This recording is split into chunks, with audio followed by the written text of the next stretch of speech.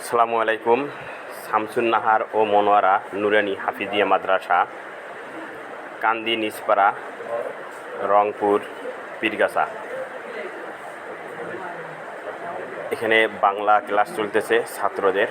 আরও যেগুলো ছাত্র ছিল এগুলো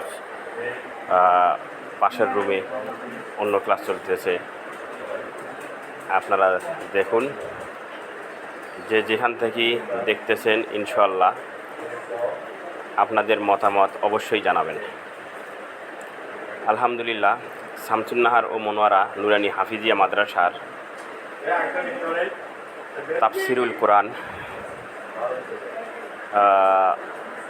মাহফিল নেওয়া হয়েছে ডিসেম্বরের 30 তারিখ।